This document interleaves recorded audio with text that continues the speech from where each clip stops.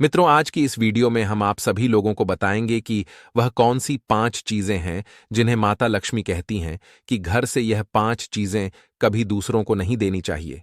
अगर मनुष्य या फिर कोई औरत अपने घर से इन 5 चीजों को दे देता है तो उसके घर पर भयंकर गरीबी आती है।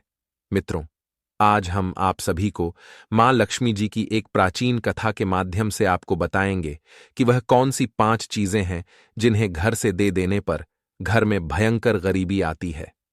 मित्रों, आप सभी को इस कथा के माध्यम से एक ऐसी गहन जानकारी के बारे में पता चलेगा कि एक स्त्री को अपने घर की कौन सी चीजें दूसरों को नहीं देनी चाहिए।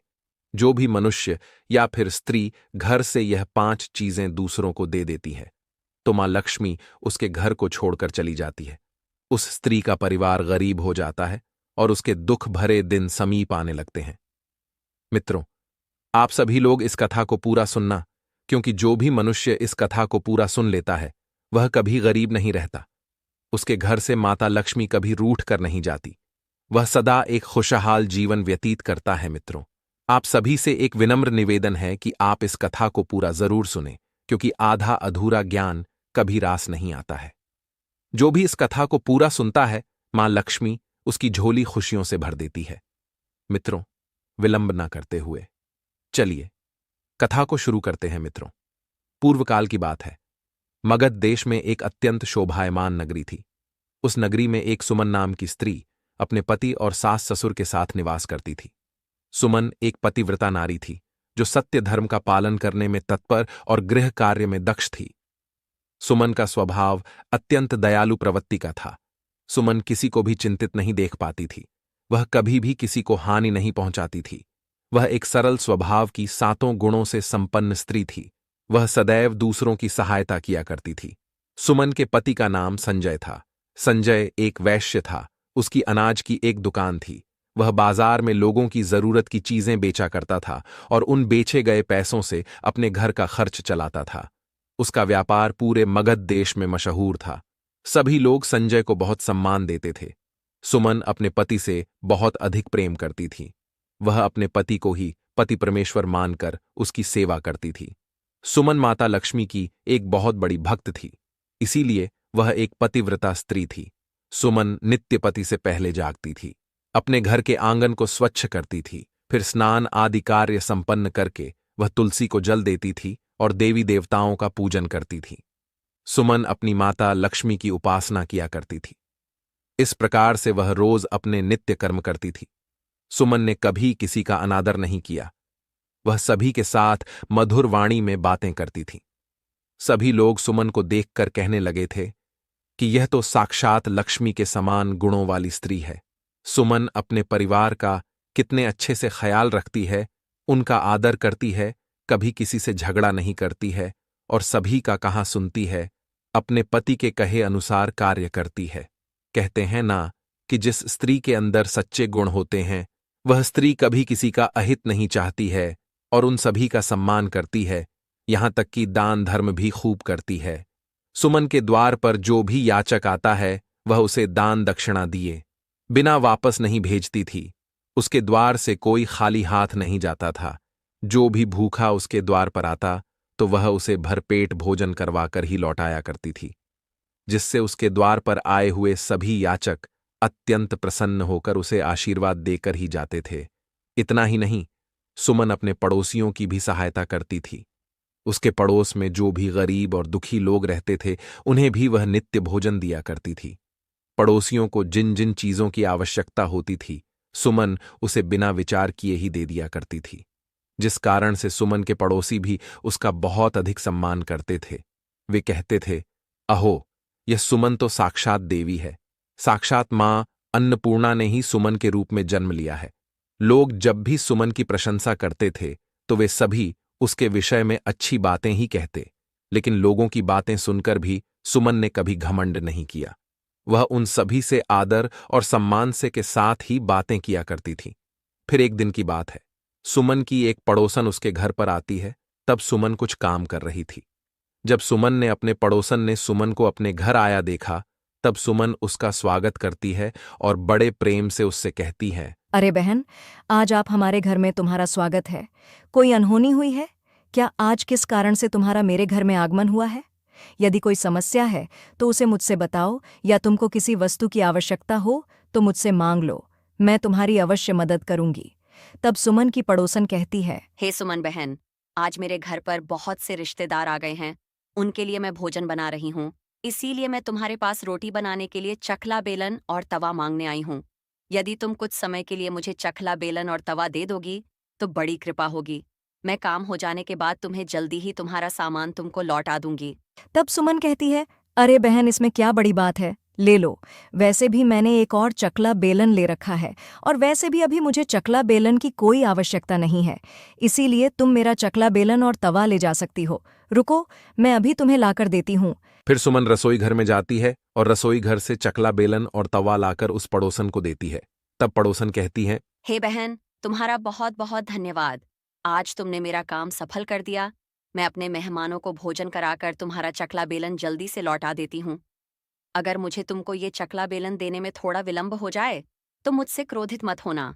तब सुमन कहती है, हे बहन, चिंता की कोई बात नहीं है। जब तुम्हारा कार्य पूर्ण हो जाएगा तब तुम मुझे लौटा देना। अब सुमन की इतनी बात सुनने के बाद वह पड़ोसन सुमन का चकला बेलन और तवा लेकर उसके घर से अपने घर को चली जाती है। कुछ समय बाद अन्य एक स्त्री सुमन के घर पर आती है। सुमन उसका भी बड़े ही प्रेम के साथ में स्वागत करती है और पूछती है, पधारो बहन, आज तुम्हें मुझसे कौन सा काम आन पड़ा है? ऐसे तो आप कभी भी हमारे घर पर नहीं आती हैं। जरूर कोई न कोई बात है। आप संकोच न करो और मुझसे बताओ कि तुम्हें मुझसे क्या चाहिए। मैं तुम्हारी मदद अवश्य करूंगी। तब वह स्त्री कहती है, अरे बहन, मेरे घर में बहुत गंदगी हो गई है और मेरे घर की साफ सफाई करनी है। लेकिन मुझे साफ सफाई करने के लिए मेरे पास कुछ भी नहीं है और उतने पैसे भी नहीं है कि मैं साफ सफाई के लिए झाड़ू खरीद पाऊं। इसीलिए मैं तुम्हारे पास झाड़ू मांगने के लिए आई हूं। यदि तुम्हें कोई समस्या ना हो तो कृपा करके मुझे अपने घर की झाड़ू दे दो।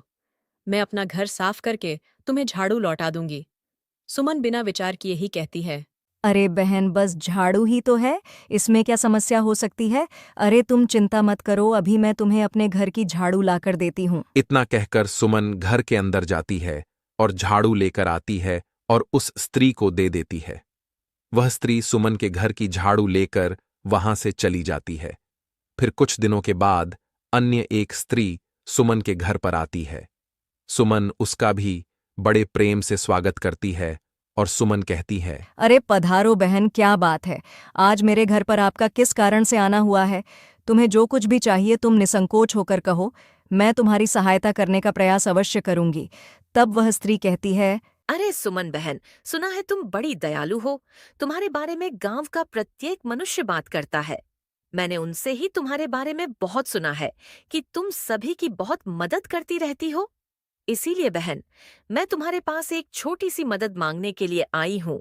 तब सुमन कहती, हे प्यारी बहन, आप तनिक भी संकोच मत करिए। तुम्हें जो कुछ भी चाहिए वह मुझसे मांग लो बहन। अगर तुम्हारे द्वारा मांगी गई चीज़ मेरे पास हुई तो मैं अवश्य ही दूंगी। यदि मेरे बस में होगा तो मैं मना नहीं करूंगी। मैं तुम्हारी सहायता अवश्य करूंगी। तब वह स्त्री कहती है, हे सुमन बहन, आज मेरी बेटी को देखने के लिए लड़के वाले आ रहे हैं। इसीलिए मैं चिंता में हूँ, क्योंकि मेरे पास पहनने के लिए एक भी गहना नहीं है। तो मैं अपनी बेटी को पहनने के लिए क्या दूं? उसके पास पहनने के लिए अच्छे वस्त्र भी नहीं है। इसीलिए कृपा करके मुझे आप थोड़े गहने और वस्त्र उधार में दे दीजिए। केवल एक दिन के लिए जब लड़के वाले मेरी पुत्री को देखकर चले जाएंगे तो मैं तुम्हारे गहने तुमको वापस लौटा दूंगी। उस पड़ोसन ने अपनी बात ऐसे करुण स्वर में कही कि बस इतनी सी बात है। अरे बहन, तुम चिंता मत करो, तुम्हारी पुत्री मेरी पुत्री की ही भांति है। उसकी सहायता मैं अवश्य करूंगी। मैं अभी तुम्हें मेरे गहने और साड़ी लेकर देती हूँ, जिसे पहनकर तुम्हारी पुत्री राजकुमारी की तरह लगेगी। अब सुमन जल्दी से अपने अंदर जाती है और गहने और साड़ी लेकर आती है और उस पड़ोसन को दे देती है। वह पड़ोसन प्रसन्न हो जाती है। फिर सुमन के गहने और साड़ी लेकर चली जाती है। अब इसी काम के चक्कर में शाम हो जाती है। तभी अचानक से अन्य एक पड़ोसन सुमन के घर पर आ जाती है। सुमन उसका भी बड़े प्रेम से स्वागत करती है और अपनी उस पड़ोसन से कहती है, पधारो बहन, आज किस कारण से मेरे घर पर आना हुआ? बताओ, मैं तुम्हारी किस प्रकार से सहायता कर सकती हूँ? तुम्हें जो कुछ चाहिए निसंकोच होकर कहो, मैं तुम्हारी मदद जरूर करूंगी।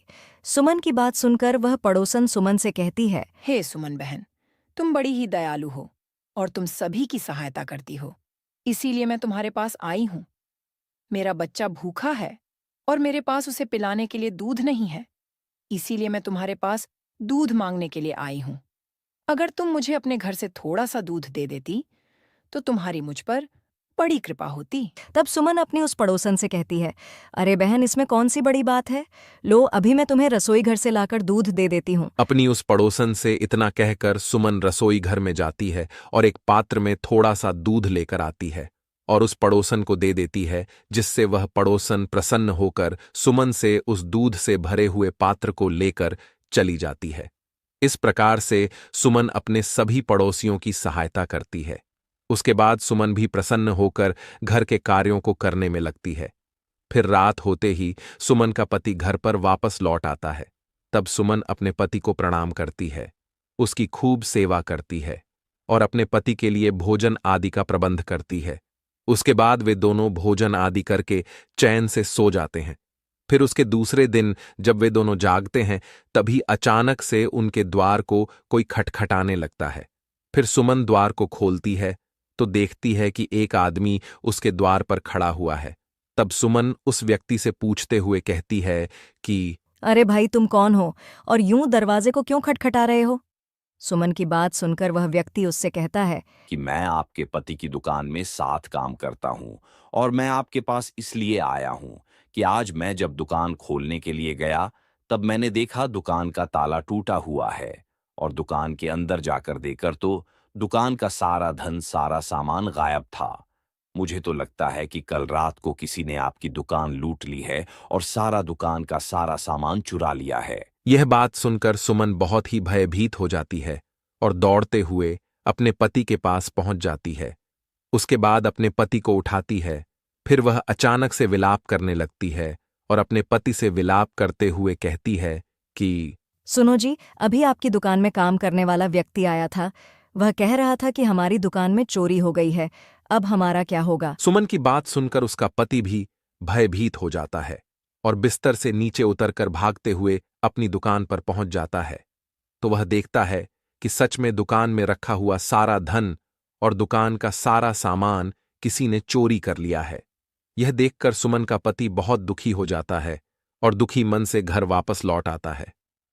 फिर घर पहुंचकर सुमन से सारी बात बता देता है, जिसे सुनकर सुमन भी बहुत दुखी हो जाती है और सुमन अपने पति से कहती है, हे नाथ, आप चिंतित मत होइए, क्योंकि मैंने अपने घर की तिजोरी में कुछ धन इकट्ठा कर रखा है, इसलिए हमारे घर में अभी भी बहुत सारा धन रखा हुआ है, जिससे आप फिर से कोई व्यापार कर सकते हैं। अपने पति से इतना कहकर सुमन कमरे में जाती है और अपने घर की तिजोरी को खोलकर देखती है तो वह तिजोरी भी पूरी तरह से खाली थी, क्योंकि अब उसके अंदर का सारा धन किसी ने चुरा लिया था।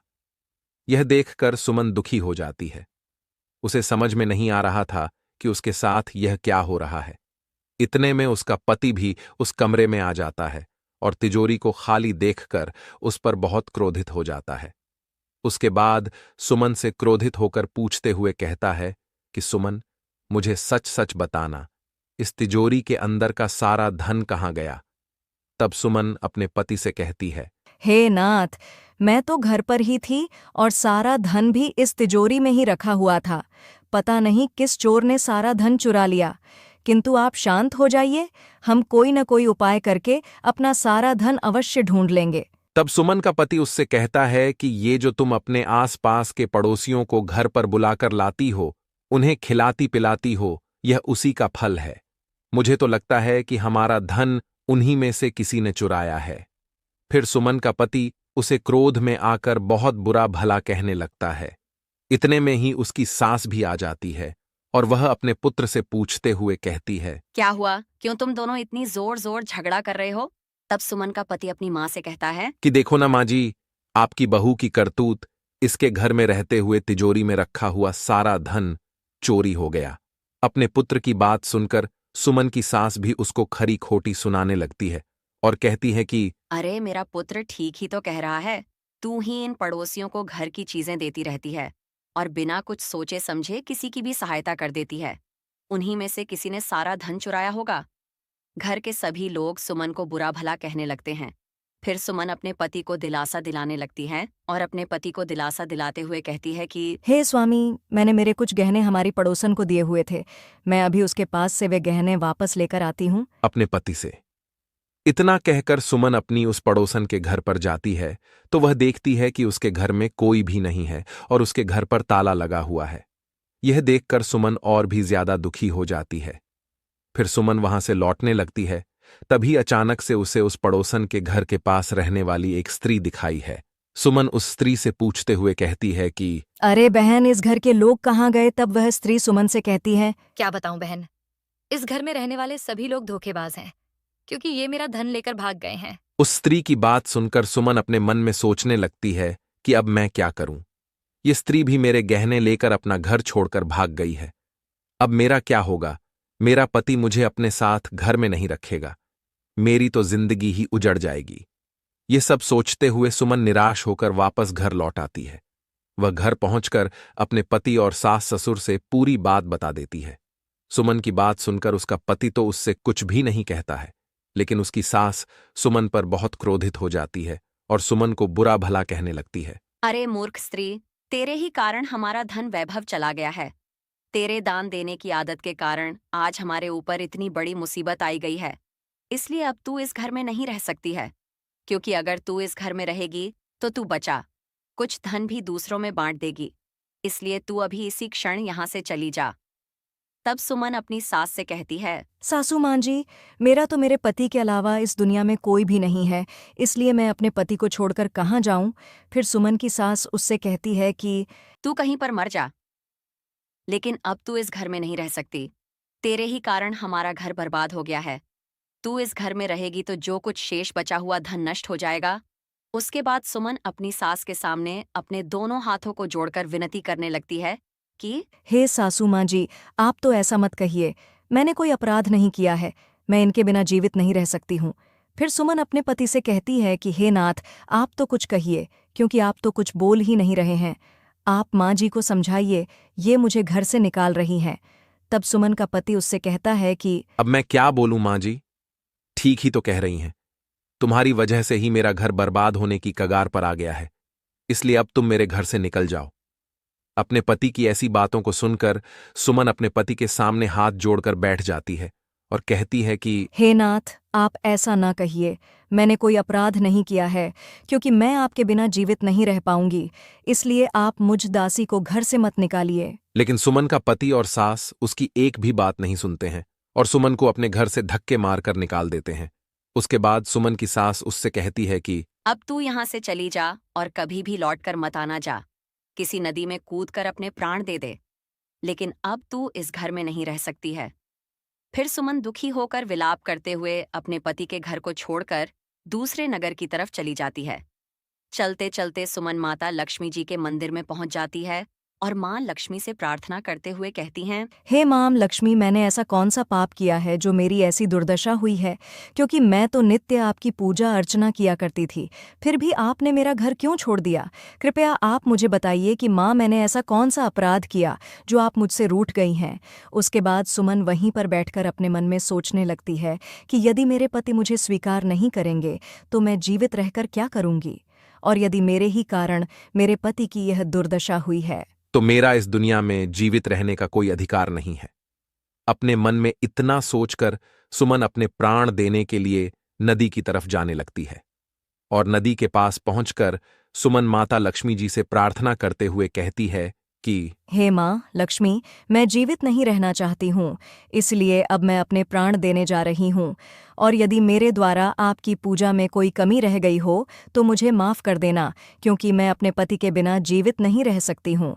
इसीलिए अब मैं इस नदी में कूदकर अपने प्राण दे दूंगी। इतना कहकर सुमन नदी में कूदने ही वाली होती है कि तभी अचानक से साक्षात माँ लक्ष्मी जी उस नदी में प्रकट हो जाती हैं और माँ लक्ष्मी जी सुमन से कहती हैं, रुक जाओ पुत्री, रुक जाओ पुत्री, तुम यह क्या कर रही हो? तब सुमन आंखें खोलकर देखती है कि उसके सामने साक्षात माँ लक्ष्मी जी खड़ी है। माँ लक्ष्मी जी के दर्शन पाकर सुमन बहुत ही प्रसन्न हो जाती है और मां लक्ष्मी जी को बारंबार प्रणाम करती है। उसके बाद माता लक्ष्मी जी से कहती हैं, हे माँ लक्ष्मी जी, मुझे क्षमा कीजिए क्योंकि मैं बहुत बड़ा पाप करने जा रही थी। तब माता लक्ष्मी जी सुमन से कहती हैं कि हे पुत्री सुमन, मनुष्य को कभी भी स्वयं अपने प्राण नहीं लेने चाहिए। ऐसा करना महापाप माना जाता है, क्योंकि ईश्वर ने मनुष्य को इतना महत्वपूर्ण शरीर प्रदान किया है, उसे ऐसे नष्ट नहीं करना चाहिए। फिर सुमन माता लक्ष्मी जी से कहती है कि हे माँ लक्ष्मी, मैं विपत्ति से विवश होकर ऐसा कर रही हूँ क्योंकि मेरे पति ने मेरा परित्याग कर दिया है और एक स्त्री को अपने पति के घर को छोड़कर कहीं नहीं रहना चाहिए। इसलिए मैं अपने पति के बिना जीवित नहीं रहना चाहती हूँ। इसी वजह से मैं अपनी जान देने जा रही हूँ। तब माता लक्ष्मी जी सुमन से कहती हैं कि हे सुमन, मैं सब कुछ जानती हूँ और यह भी जानती हूँ कि तुम्हारे पति ने तुम्हारा त्याग क्यों किया है। तुम्हारे साथ यह सब तुम्हारी ही भूल के कारण हुआ है। तुमने भूलकर अपने घर की कुछ ऐसी चीज़ों का दान किया था जिसकी वजह से मुझे तुम्हारा घर छोड़कर जाना पड़ गया था। क्योंकि जो भी स्त्री अपने घर की इन चीज़ों को दूसरों को दे देती है, उनके घर में मेरा वास नहीं होता है और मैं उन वस्तुओं के साथ ही उसका घर छोड़कर चली जाती हूँ।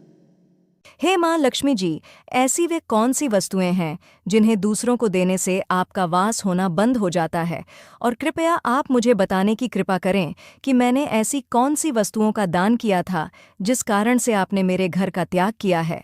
सुमन की बात सुनकर माता लक्ष्मी जी सुमन से कहती हैं कि हे पुत्री, अब मैं तुम्हें जिन चीज़ों के बारे में बताने जा रही हूँ जो किसी भी स्त्री को दूसरों को नहीं देनी चाहिए, इन चीज़ों का दान करने पर मैं उस घर को छोड़कर चली जाती हूँ।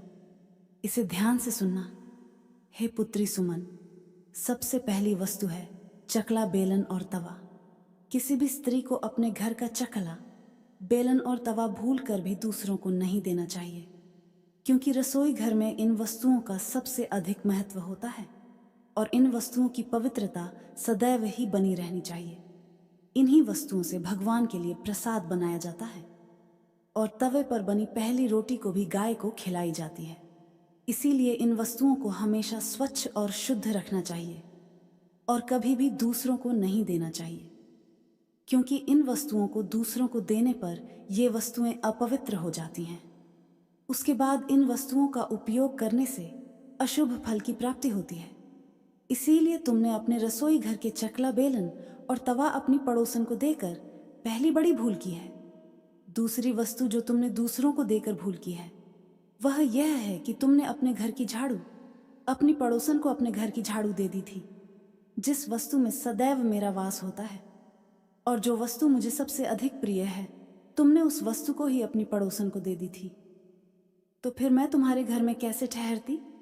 हे पुत्री सुमन, जो भी स्त्री अपने घर की झाड़ू दूसरों को दे देती है, मैं उसके घर को त्याग देती हूँ, क्योंकि झाड़ू से ही घर की स्वच्छता की जाती है।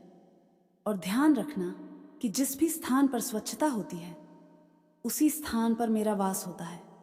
और सुमन, इस बात का ध्यान रखना कि घर में झाड़ू को सदैव छिपा कर रखना चाहिए। झाड़ू पर भूलकर भी बाहरी व्यक्ति की नज़र भी नहीं पड़नी चाहिए, क्योंकि झाड़ू एक अत्यंत पवित्र वस्तु होती है। इसे गलती से भी पैर नहीं लगाना चाहिए और इससे कभी विष्ठा आदि प्रकार की गंदगी साफ नहीं करनी चाहिए। तीसरी वस्तु जिसे एक स्त्री को कभी दूसरों को नहीं देनी चाहिए वह वस्तु है आभूषण। एक स्त्री को अपने आभूषण कभी अन्य स्त्रियों को भूल कर भी नहीं देने चाहिए, क्योंकि मैं सदैव ही आभूषणों में वास करती हूँ और स्त्री के 16 श्रृंगार में गहनों का बहुत अधिक महत्व होता है।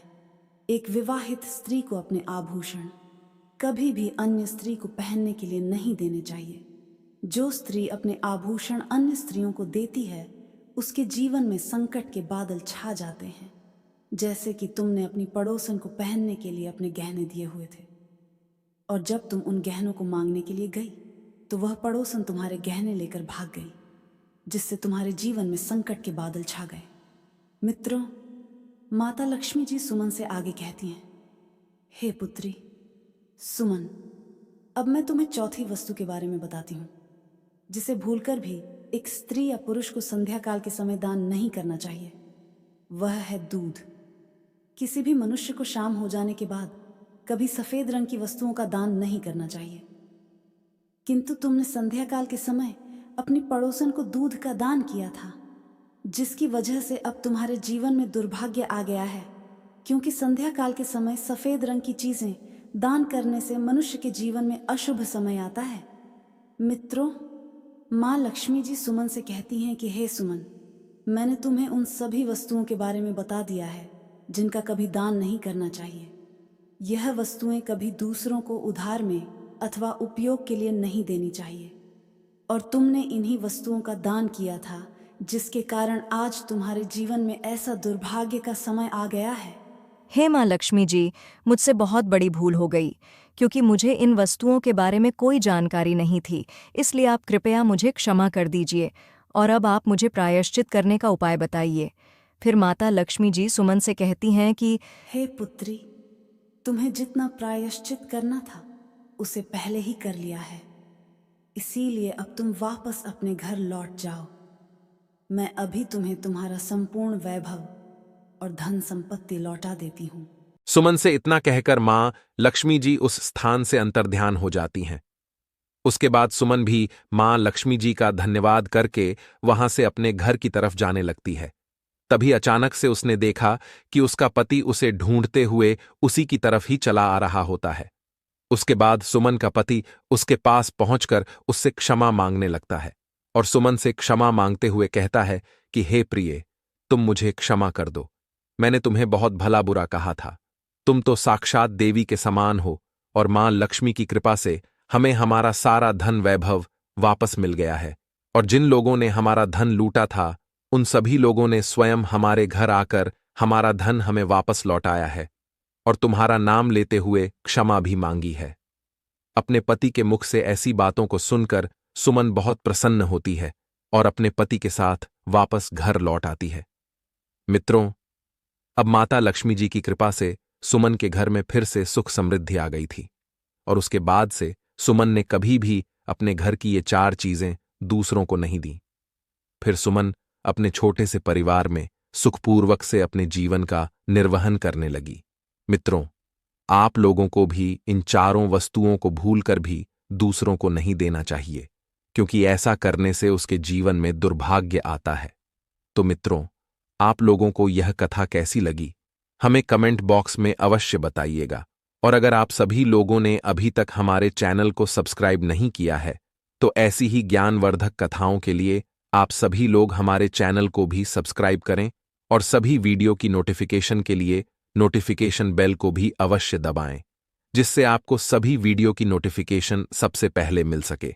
साथ ही साथ कमेंट बॉक्स में राधे राधे लिखना ना भूलें।